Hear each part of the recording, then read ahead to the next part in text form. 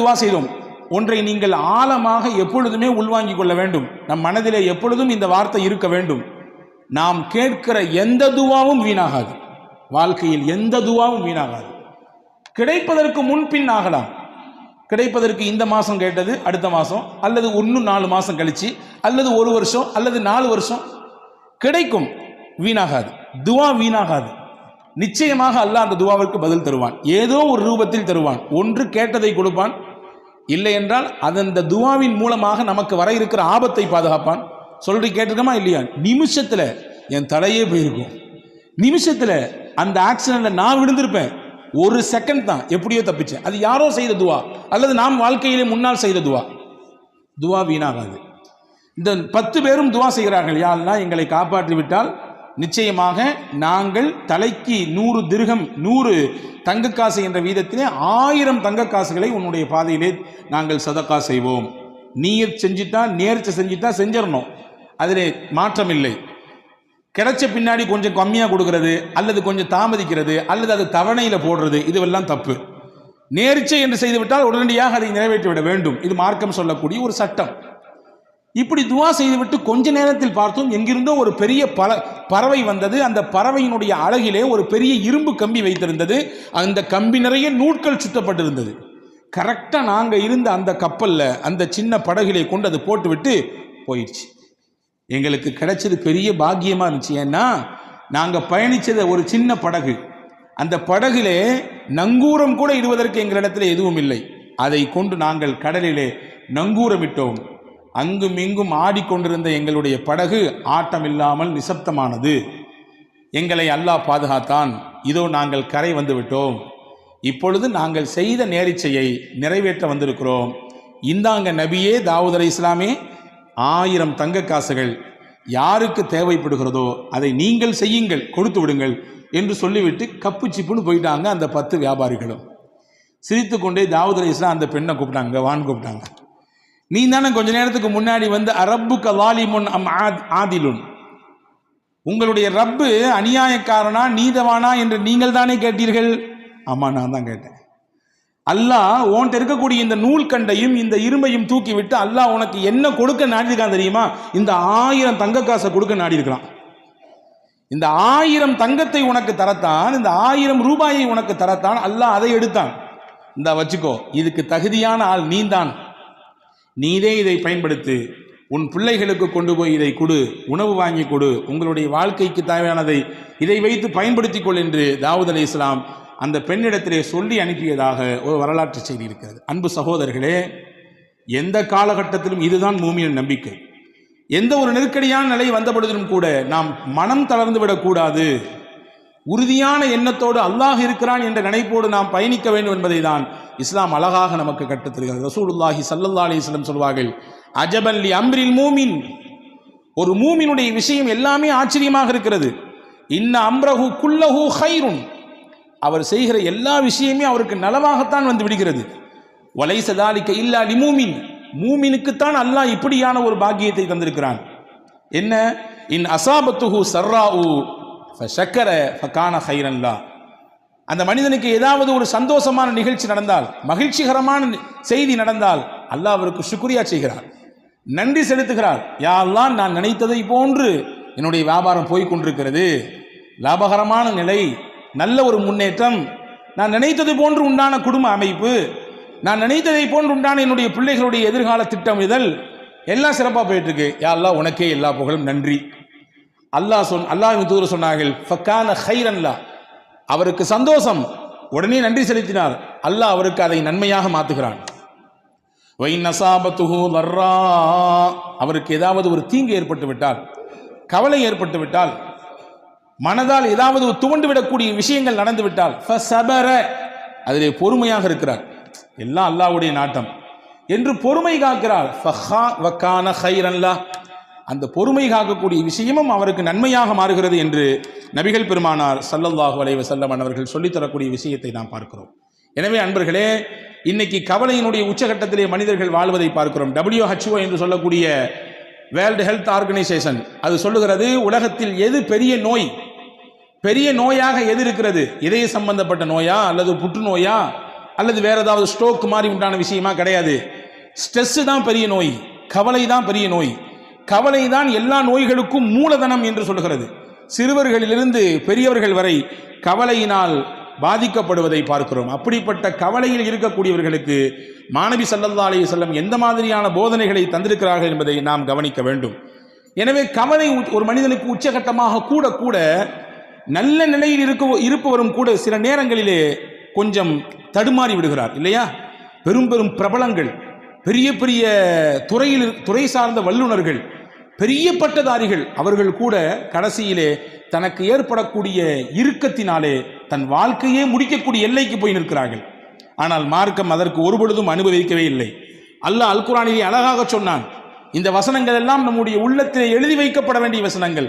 வலனபுலுவன்னகும் பிஷைஇம் மினல் ஹௌஃப் வல்ஜூஇ வனக்ஸிம் மினல் அம்வால் வல்அன்ஃபுஸி வஸ்ஸமராத். உங்களை நாம் சோதிப்போம். எப்படி எல்லாம் சோதிப்போம்? மினல் ஹௌஃப், பயத்தை தருவோம். வல்ஜூ, பசியை கொடுப்போம். வனக்ஸிம் மினல் அம்வால், உங்களுடைய பொருளாதாரத்தில் இழப்பை ஏற்படுத்துவோம். வல் அன்ஃபுஸ், உங்களோடே சுத்தி சுத்தி வந்தவர்கள், உங்கள் உறவுக்காரர்கள், உங்களுடைய நண்பர்கள், உங்களுக்கு அறிமுகமானவர்கள், சொல்லப்போனா உங்களுடைய ரைட் ஹேண்ட்னு சொல்ற அளவுக்கு, உங்களுடைய வலதுகை என்று சொல்லும் அளவிற்கு இருப்பவர்கள் பொசுக்குன்னு இறந்துடுவாங்க, திடீர்னு இறந்து போயிடுவாங்க. இதுவெல்லாம் சோதனையின் ரூபங்கள். சொல்லிட்டு அல்லாஹ் சொல்றான், ஃபபஷ்ஷிரி ஸாபிரீன், யார் இதிலெல்லாம் அல்லாஹ் நம்மோடு இருக்கிறான் என்று பொறுமையோடு இருக்கிறார்களோ அவர்களுக்கு சுபசோபனம் சொல்லுங்கள் நபியே என்று அல்லாஹ் அல் குர்ஆனிலே நபிகள் பெருமானா ஸல்லல்லாஹு அலைஹி வஸல்லம் மூலமாக நமக்கு சொல்லித் தருகிறார். அன்பு சகோதரர்களே, இதுதான் நமக்கான ஒரு உற்சாக பானம். அதில் சையதத்துனா உம்மு சுலைம் ரலியல்லாஹு தஆலா அன்ஹா, சையதுனா அபூ தல்ஹா ரலியல்லாஹு தஆலா அன்ஹு, ரெண்டு சஹாபா, ஒரு சஹாபி ஒரு சஹாபிய பெண்மணி. அபூ தல்ஹா கணவர், உம்மு சுலைம் மனைவி, பேர் பெற்ற பெண்மணி. இவரும் சாதாரணப்பட்ட சஹாபி அல்ல, வரலாற்று சிறப்புக்க புகழ்பெற்ற சஹாபி இவர். ரெண்டு பேருமே நல்ல ஒரு முன்மாதிரியான தம்பதிகள். இவர்களுக்கு அல்லாஹ் ஒரு குழந்தையை கொடுத்தான். குழந்தை பிறந்து வளர்ந்து கொண்டிருக்கிறது. அபூ தல்ஹா வெளிநாடுகளுக்கு வியாபாரம் செல்லக்கூடியவர். அப்படி ஒரு நாள் வியாபாரத்துக்கு வெளிநாட்டுக்கு போனார். போயிருக்கக்கூடிய அந்த கேப்பில் பிறந்த குழந்தை வளர்ந்துட்டு இருக்கக்கூடிய காலகட்டத்தில் திடீர்னு அந்த பிள்ளைக்கு ஏதோ ஒன்று செஞ்சுது. அந்த குழந்தை இறந்து போச்சு. வியாபாரம்லாம் முடிச்சுட்டு திரும்பி ஊருக்கு வர்றாரு. ஊருக்கு வந்த உடனே தன்னுடைய மனைவி இடத்திலே வர்றாரு. கணவன் நீண்ட நாள் கழித்து வந்திருக்கிறார், வியாபாரம் முடித்து வந்திருக்கிறார். எடுத்த உடனே அவர்கிட்ட சோக செய்தியை சொல்லி அவருடைய அந்த மைண்டை அப்செட் பண்ண வேண்டாம் என்று நினைத்த உம்மு சுலைம் ரலியல்லாஹு தஆலா அன்ஹா கணவனுக்கு சிறப்பான முறையிலே உணவு ஏற்பாடு செய்து விருந்தோம்பல் செய்தார். செய்து முடித்துவிட்டு அன்றைய பொழுது தன்னை முழுவதுமாக சிறப்பாக அலங்கரித்து கொண்டு அன்றைய தினம் தன்னுடைய கணவனோடு இல்லறத்திலே இணைந்தார். இணைந்ததற்கு பிறகு ஒரு அழகான ஒரு கேள்வியை எடுத்து வைக்கிறார் மனைவி உம்மு சுலைம் ரலியல்லாஹு தஆலா அன்ஹா. உங்கள்கிட்ட யாராவது ஒருத்தர் அமானீதத்தை கொண்டு வந்து கொடுத்து கொஞ்ச நாளைக்கு பின்னாடி என் பொருளை தாங்க திருப்பி அப்படின்னு கேட்டா நீங்களே வச்சுக்குவீங்களா? கேட்டவர் கேட்ட ஒன்று எடுத்து கொடுத்துருவீங்களா? என்னம்மா இது கேள்வி? அமானீதம் சொல்லி கொடுத்துட்டா உரியவங்க வந்து கேட்டால் கொடுக்க தானே செய்யணும். கொடுக்க மாட்டான், இது என்னோடது, நீங்கள் உங்களை யாருன்னு எனக்கு தெரியாது என்று சொன்னால் இது மோசடி அல்லவா? இது அநியாயம் இல்லையா? அக்கிரமம் இல்லையா? இதானே சரி? ஆமாம், இதான் சரி. உம்மு சுலைம் ரலியல்லாஹு தஆலா அன்ஹா தன்னுடைய கணவனிடத்திலே சொன்னார்கள், அல்லாஹ் நமக்கு அமானிதமாக பிள்ளையை தந்தான், கொடுத்தவனே எடுத்துக்கொண்டான். கொடுத்தவனே எடுத்துக்கொண்டான். நம்முடைய சக்தி எங்கே இருக்கிறது? அல்லாஹ்வின் சக்தியாச்சே. எனவே இன்னைக்கு எந்த குறையும் இல்லை, எல்லாம் பெர்ஃபெக்ட், 100%. கணவனுக்கும் எந்த பிரச்சனையும் இல்லை, மனைவிக்கும் எந்த பிரச்சனையும் இல்லை. குழந்தை ஏன் இல்லை? அல்லாஹ் நாடவில்லை, அவ்வளவுதான். இதுதான் உண்மை. எனவே நாம் புரியக்கூடாது நம் சக்தியின் மூலமாகத்தான் பிள்ளை, நம்முடைய ஆற்றல், நமக்கு இருக்கிறது ஆண்மை. இல்லை இல்லை இல்லை, கிடையவே கிடையாது. ஹஜ்ரத் உம்மு சுலைம் சொன்னாங்க, கொடுத்தவன் அல்லாஹ், அவனே எடுத்துக்கிட்டான் திருப்பி. அபூ தல்ஹா ஆடி போய் விட்டார். மறுநாள் காலில் போய் அழுதுகிட்டே கண் கலங்கிட்டே ரசூலுல்லாஹ்ட்ட போனார். யார் ரசூலல்லாஹ், செய்தியை கேட்டீங்களா? வெளியூருக்கு போயிட்டு வர்றதுக்குள்ள பிள்ளை இறந்து போச்சு. அது மட்டும் இல்லை, இந்த செய்தியை என் அந்த அம்மா எப்போ சொன்னாங்க தெரியுமா? எவ்வளோ தாமதித்து சொன்னாங்க தெரியுங்களா? எனக்கு வருத்தம் தானே இது என்று ஹஜ்ரத் அபூ தல்ஹா ரலியல்லாஹு அன்ஹு ரசூலுல்லாஹ்விடத்திலே சொன்ன பொழுது ரசூலுல்லாஹ் அழகாக ஒரு துஆ செய்தார்கள். பாருங்கள், நபியினுடைய துஆவுக்குரிய சக்தியை பாருங்கள். அல்லாஹ் நமக்கு எடுத்த விஷயத்திலே நாம் கொஞ்சம் பொறுமையாக இருந்தால் தரக்கூடிய பிரதிபலன் நம்மை ஆச்சரியப்படுத்தும். நம்மை அப்படி மெய்சிலிருக்க வைக்கும். ரசூலுல்லாஹ் அழகா ஒரு துவா செஞ்சான், பாரக்கல்லாஹு ஃபீ காபிரி லைலத்திக்குமா, அல்லாஹ் நீங்கள் நேற்று இரவிலே இணைந்தீர்களே அந்த இணைப்பிலே அல்லாஹ் பரக்கத் செய்வானாக. நீங்கள் இரவு நேற்று நீங்கள் கணவன் மனைவி இணைந்தீர்கள் அந்த இணைப்பில் அல்லாஹ் பரக்கத் செய்வானாக. அல்லாஹ் பரக்கத் செய்தான். அழகான ஒரு குழந்தை பிறந்தது. அந்த குழந்தைக்கு ஹஸரத் ரசூலுல்லாஹ் தான் பேர் வச்சாங்க, அப்துல்லான்னு. வரலாற்று எழுதுகிறார்கள், அந்த அப்துல்லாவுக்கு பிறந்த எல்லா பிள்ளைகளுமே சீதேவியாக வாழ்ந்தாங்க. பெரிய கல்வியாளராக, குர்ஆனிலே மிகப்பெரிய தேர்ச்சி பெற்றவர்களாக, ஞானவான்களாக, மிகப்பெரிய செல்வாக்கு மிக்கவர்களாக அவர்கள் வாழ்ந்தார்கள் என்பதாக வரலாற்று குறிப்புகள் இருக்கிறது. அப்போ அல்லாஹ் ஒரு விஷயத்தை எடுக்கிறான்னா நம்ம கலங்கக்கூடாது, நம்பிக்கை இழந்துடக்கூடாதுங்கிறத ரப்புல் ஆலமீன் அல்லாஹு தாலா எவ்வளவு அழகாக நமக்கு எடுத்து வைக்கிறான். அதாவது சையதத்துனா ஆயிஷா ரலியல்லாஹு தஆலா அன்ஹா வரலாற்றில் நீங்கள் தெரிந்து கொள்ள வேண்டிய முக்கியமான செய்தி இது. திருக்குர்ஆனிலே நூர் என்ற ஒரு அத்தியாயம் இருக்கிறது. நிச்சயமாக நாமும் படிக்க வேண்டும், வீட்டிலே இருக்கக்கூடிய பெண்களுக்கெல்லாம் படிப்பிக்க வேண்டும். அற்புதமான அத்தியாயம். அதில் சையதுனா உமர் ரலியல்லாஹு அன்ஹு சொன்னார்கள், அல்லிமூ நிசாக்கும் சூரத்தன் நூர், உங்கள் வீட்டிலே இருக்கக்கூடிய பெண்களுக்கெல்லாம் சூரா நூரை சொல்லிக் கொடுங்கன்னா. பெண்களுக்கு தேவையான அத்தனை விஷயங்களையும் அல்லாஹ் சொல்லுகிறான். எங்க ஹஜ்ரத் ஓதுறதே பெருசா இருக்குது, எங்கிட்டு போய் அதுலேருந்து படிச்சு கொடுக்குறது, அதுலேருந்து இல்லை கருத்தை எப்படி உள்வாங்கிக் கொள்வது, அவ்வளவு செய்திகள் இருக்குது. சின்ன சூறா தான்.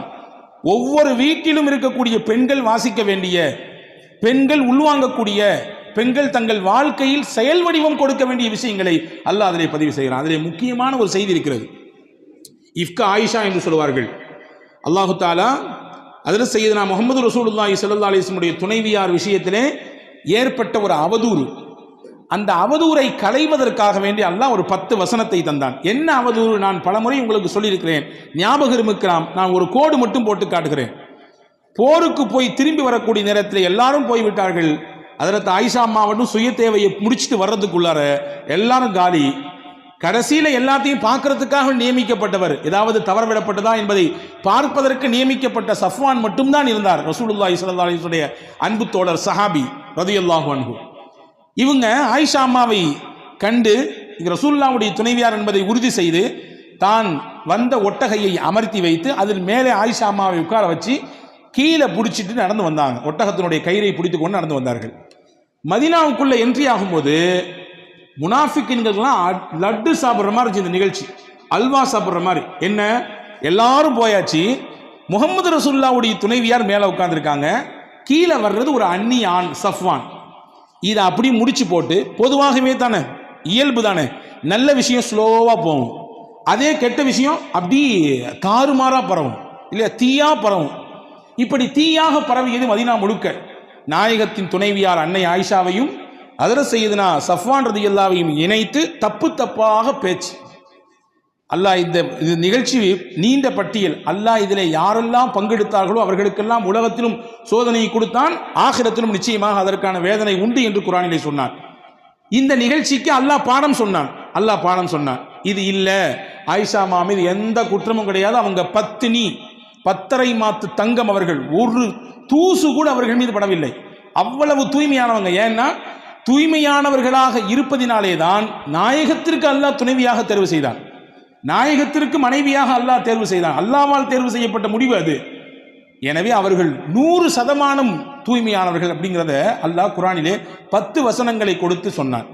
இதுல என்ன செய்தினா, இந்த வசனங்களை துவங்கும் போது அல்லாஹ் துவங்குறான் பாருங்க. இன்னல்லதீன ஜாஊ பில் இஃப்கி உஸ்பத்தும் மின்கும் லா தஹ்ஸபூஹு ஷர்ரல் லக்கும் பல் ஹுவ கைருல் லக்கும். நபியே, அவதூறாக உங்கள் துணைவியாரின் மீது இட்டுக்கட்டி தேவையில்லாத பழிகளை சுமத்தி கொண்டு சில மக்கள் இந்த தெருவிலே ஊரிலே நடமாடி கொண்டிருக்கிறார்கள். லா தஹ்ஸபூஹு ஷர்ரல் லக்கும், இதை தீங்கு கெடுதி என்று நீங்க நினைக்காதீங்க. பல் ஹுவ கைருல் லக்கும், இது நன்மைன்றான் அல்லாஹ், இது நல்லதுன்றான். எப்படிங்க நன்மை? ரசூலுல்லாஹ்வுடைய குடும்பத்தின் மீது இப்படி பழி சுமத்திட்டாங்க, பொறுக்குமா? நமக்கு தாங்குமா? தாங்காது. அல்லாஹ் சொல்றான் நன்மை. எப்படி நன்மை? எப்படி நன்மை தெரியுமா? நாயகம் இருக்கும் காலத்திலேயே இந்த நிகழ்ச்சி நடந்தது. எனவே அல்லாஹ் அருள் வசனங்கள் இறக்கி உண்மைப்படுத்திட்டான், தூய்மைப்படுத்திட்டான். எந்த பிரச்சனையும் கிடையாது, 100% ரொம்ப தூய்மையானவர்கள் அப்படிங்கிறத அல்லாஹ் குர்ஆனின் மூலமாக நிரூபித்தான். இந்த குர்ஆன் நபியின் காலத்திலே இறங்கியது அந்த வசனம். இன்னைக்கு நம்ம பேசுறோம், நாளைக்கு பேசுவாங்க, 10 வருஷம் கழிச்சு பேசுவாங்க, 100 வருஷம் கழிச்சு பேசுவாங்க. உலக அழிவு நாள் வரை நாயகத்தினுடைய துணைவியார் தூய்மையானவர்கள் தூய்மையானவர்கள் தூய்மையானவர்கள் என்றதை பேசிக்கொண்டே இருப்பார்கள். வச்சுக்குங்களேன், ஒரு சின்ன கற்பனை. இதே நிகழ்ச்சி நாயகத்தின் வஃபாத்துக்கு பின்னால் நடந்திருந்தால், நாயகத்தினுடைய ஹயாத்துக்கு பின்னால் நடந்திருந்தால், அது இல்லைங்கிறத ப்ரூஃப் பண்ணிடலாம், வேற விஷயம். ஆனா குர்ஆன் வந்திருக்குதாவே, குர்ஆனினுடைய வசனம் யாரோடு முடிந்து போனது? நாயகத்தோடு முடிந்து போனது. ரசூலுல்லாஹ்வுடைய ஹயாத்தோடு அவர்களுடைய முடிவு குர்ஆனும் கத்தம் ஆயிடுச்சு. வஹி வராது. வஹி வரக்கூடிய காலத்திலேயே இந்த ஒரு செய்தி நடந்து, இப்படிலாம் கிடையாது, 100% பியூர், உங்க வீட்டு துணைவியார்கள் எல்லாம் அவ்வளவு தூய்மையாளர்கள் அப்படிங்கிறத அல்லாஹு தாலா அருமையான முறையிலே இங்கே உலக மக்களுக்கு பறைசாட்டினான். எனவே இது நன்மை தான், தீமைன்னு நினைக்காதீங்கன்னு அல்லாஹ் சொன்னான். அன்பர்களே, நாம் பார்க்கக்கூடிய விதத்தில் தான் இருக்கிறது. நமக்கு வரக்கூடிய விஷயங்கள் எப்படியானது என்பதை நாம் பார்க்கிற விஷயத்தில் தான் இருக்கிறது. கொஞ்சம் நமக்கு ஏற்படக்கூடிய சிரமங்களில் கஷ்டங்களில் கொஞ்சம் பொறுமையாக இருந்தால் அல்லாஹ் அதற்கு மிகச்சிறந்த பகரத்தை தருவான். ஒரு நிகழ்ச்சியை சொல்லுகிறேன் பாருங்கள்.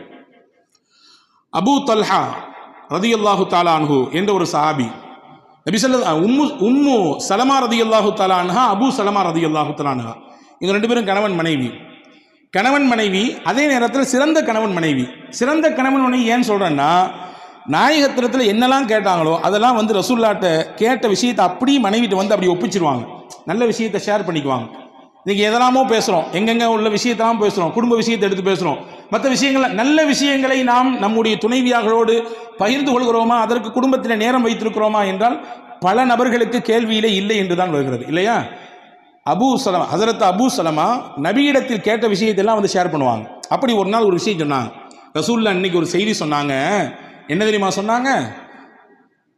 யாருக்கு அல்லாஹ் ஒரு சோதனையை தந்து அந்த சோதனையிலே அவர் பொறுமையாக இருந்து, இன்னா லில்லாஹி வ இன்னா இலைஹி ராஜிஊன், சோதனைனா இழப்பா இருக்கலாம், கஷ்டமா இருக்கலாம், நெருக்கடியா இருக்கலாம், எதா இருந்தாலும் இருக்கலாம், இன்னா லில்லாஹ் சொல்லிட்டு ஒரு துவா சொன்னார். என்ன துவா? அல்லாஹும்ம அஜிர்னி ஃபீ முஸீபதி வக்லிஃப்னி கைரம் மின்ஹா, யா அல்லாஹ், எனக்கு இந்த இழப்பு ஏற்பட்டிருக்கு, இந்த கஷ்டம் ஏற்பட்டிருக்கு, இதுக்கு நீ தான் கூலி தரணும், நான் இழந்ததை விட சிறந்த பகரத்தை நீ எனக்கு தரணும் என்று ஒருவர் துவா செய்தால் அல்லாஹ் அவருக்கு ஏற்பட்ட இழப்புக்கும் கூலி கொடுப்பான், அவர் இழந்ததை விட மிகச்சிறந்ததையும் கொடுப்பான் அப்படின்னு ரசூலுல்லாஹ் சொன்னாங்கம்மா. அப்படின்னு சொல்லி ஹஸரத் அபூ சலமா உம்மு சலமா ரலியல்லாஹு இடத்திலே சொல்லி கொடுத்தாங்க. இது ஒரு செய்தி. கொஞ்ச நாள் கழிஞ்சது, உஹது யுத்தத்துக்கு போனாங்க அபூ சலமா. அவருக்கு ஒரு சின்ன காயம் பட்டுச்சு, திரும்பி வந்தாங்க, அந்த காயமே பெருசாகி கடைசியில் அதுவே மௌத்துல போய் விட்டுடுச்சு, இறந்துட்டாங்க. அப்படி ஒரு அந்யுன்யம். அவர்களின் வரலாற்றை நீங்கள் வாசித்தால் கண்ணீர் தொட்டு தான் பக்கங்களை திருப்ப வேண்டும். ஒரு குடும்பமே சேர்ந்து இந்த மார்க்கத்திற்காக தியாகம் செய்த ஒப்பற்ற குடும்பத்திற்கு சொந்தக்காரர்கள், கணவன் மனைவி சின்ன பிள்ளை, அவ்வளவு சிறப்பான ஒரு வரலாற்றுக்கு சொந்தக்கார பெண்மணி. கணவன் இறந்துட்டாங்க, தன்னந்தனியா மதீனா நிற்கிறாங்க, குடும்பம் கிடையாது, உறவு கிடையாது, யாரும் இல்லை. இப்போ அந்த அம்மாவுக்கு வரக்கூடிய சிந்தனை, தான் கணவன் சொல்லி கொடுத்த அந்த ஹதீஸ் ஞாபகத்துக்கு வந்துச்சு. ஞாபகத்துக்கு வந்தவொடனே அந்த அம்மா அந்த ஹதீஸை அதை ஞாபகப்படுத்தி மறுபடியும் இன்னா லில்லாஹ் சொல்லிட்டு, அல்லாஹும்ம அஜிர்னி ஃபீ முஸீபதி வக்லிஃப்னி கைரம் மின்ஹா இந்த துவா ஓதிட்டு சொன்னாங்க, ஐயு ரஜுலி கைரும் மின் அபீ சலமா, அபூ சலமா எனக்கு அப்படி ஒரு கணவர், அவரை மாதிரி உண்டா? அவர் இப்போ நான் இழந்துட்டேன், அவருக்கு நிகராக அல்லது அவரை விட சிறந்தவராக எப்படி யார் எனக்கு கணவராக வர முடியும் என்ற ஒரு ஆற்றாமையில் அந்த அம்மா வெளிப்படுத்தினாங்க. அந்த வார்த்தையை வரலாற்றில் எழுதுறாங்க. அந்த அம்மா சொல்லிட்டு சொன்னாங்களாம், என்றாலும் ரசூலுல்லாஹ் சொல்லியிருக்காங்க, அதில் 100 இல்லை 1000 லட்சம் அர்த்தம் இருக்கும், நான் அல்லாஹ்வுக்காண்டி பொறுமையாகிறேன். அப்படியே வரலாற்றின் பக்கங்களுக்குள்ளே போனால் கொஞ்ச நாளைக்கு பின்னாடி ஹஸரத் அபூபக்கர் ரலியல்லாஹு பொண்ணு கேட்டாங்க, அபூ சலமா உம்மு சலமாவை, மாட்டேன்ட்டாங்க. உமர் ரலியல்லாஹு பொண்ணு கேட்டாங்க, மாட்டேன்ட்டாங்க. கொஞ்ச நாள் கழிச்சு ரசூலுல்லாஹ்வே வந்து பொண்ணு கேட்டாங்க, உங்களை நான் நிக்கா செய்ய ஆசைப்படுறேன், நிக்கா செஞ்சுக்கிட்டாங்க. அன்பு சகோதரர்களே, அந்த அம்மா சொன்ன அந்த வார்த்தைக்கு அல்லாஹ் நிச்சயமாக நம்மை கைவிட மாட்டான், சிறந்த பகரத்தை தருவான். இழப்பு தான், ஈடு செய்ய முடியாத இழப்பு தான், கஷ்டம்தான், பொறுத்து கொள்ள முடியாத கஷ்டம்தான், என்றாலும் ரசூலின் வார்த்தைக்கு நான் முக்கியத்துவம் கொடுக்கிறேன், நிச்சயமாக நான் பொறுமையாக இருக்கிறேன் என்று சொன்னதற்கு அல்லாஹ் கொடுத்த கூலி நபியவே கணவனாக அல்லாஹ் மாற்றி கொடுத்தான். இப்போ நபியை விட உலகத்திலே சிறந்தவர் உண்டா?